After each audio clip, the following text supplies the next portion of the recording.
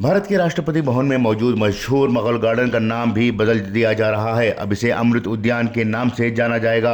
बताया जा रहा है कि मुगल गार्डन का नाम अमृत महोत्सव के तहत बदला गया है। हालांकि कई लोग इसे मुस्लिम नामों वाले मकामात का नाम तब्दील करने वाले सिलसिले की नई कड़ी तस्वुर कर रहे हैं।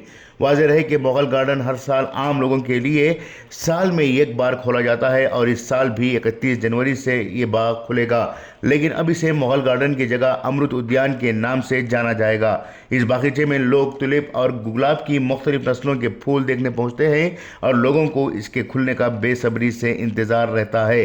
राष्ट्रपति भवन में मौजूद इस बागीचे में बरतानवी और मुगल दोनों दौर के बागीचों की झलक देखने को मिलती है।